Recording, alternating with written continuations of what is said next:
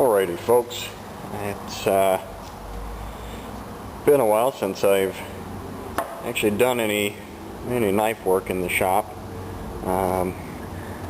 Slowly made some more progress getting some things set up and doing some other odd tasks here and there. As you can see, still some boxes that need to be unpacked and tidied up, but for the moment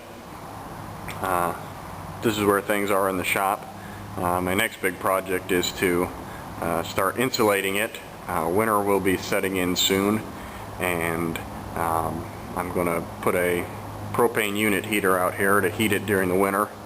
But in order to make that more efficient and cost me less than propane, I'm going to go ahead and insulate the place. So insulate all the walls, and then drop in some more framework in the ceiling and insulate the ceiling as well. So that's my next major project, but in the meantime, while I'm waiting for insulation to come in and for the heater to be shipped and all that, I thought I might actually start on a new knife. Since being up here in Michigan, I've learned that the knife law is 3-inch max blade for concealed carry. Now, typically my knives that I carry around are not concealed, but my everyday carry has a 3.5-inch blade, and just to prevent any kind of I guess problems that could potentially arise, I figure I'd go ahead and make another slightly smaller everyday carry for myself.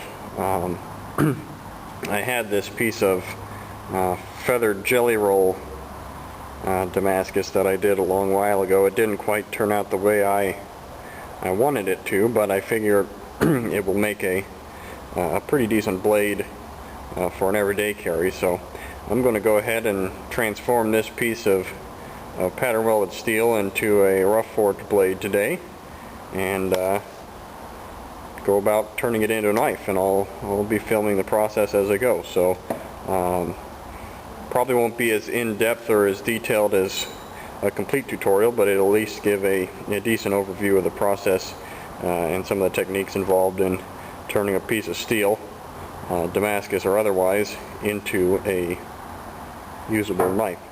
Alright, so one of the first things I'm going to do is actually trim off some of this excess steel around the edges here.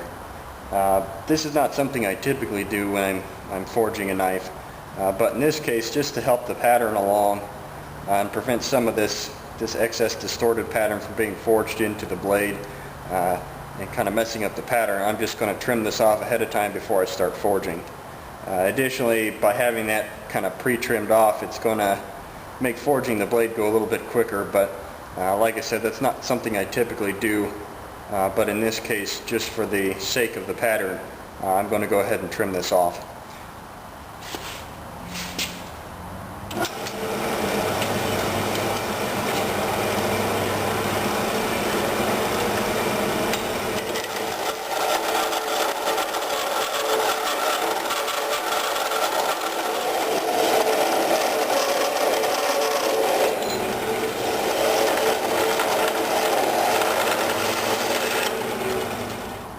And there we go.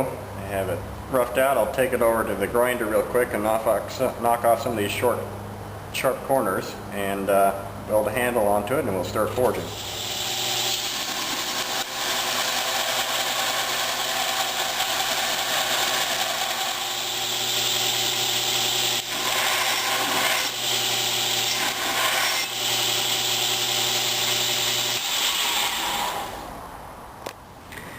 Now, in order to make handling the blade a little bit easier while forging, I'm actually going to weld on a little handle onto the blade, and that'll, prevent the need for tongs and just make forging the blade go a lot easier.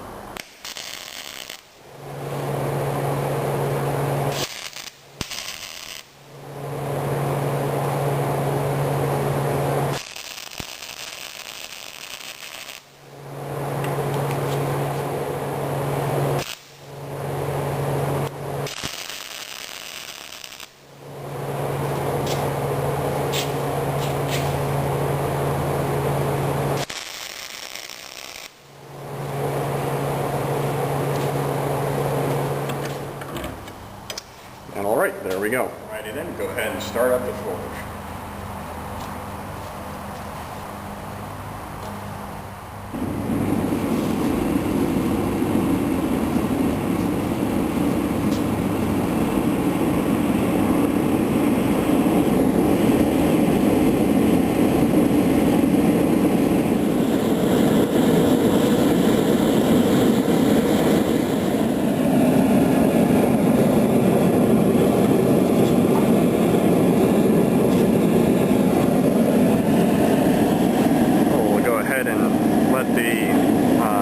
Blade heat up there in the forge, and then we'll start forging the shape. Alrighty, as you can see, we're getting up to temp in the forge, so I'm going to go ahead and pull the blade out and start working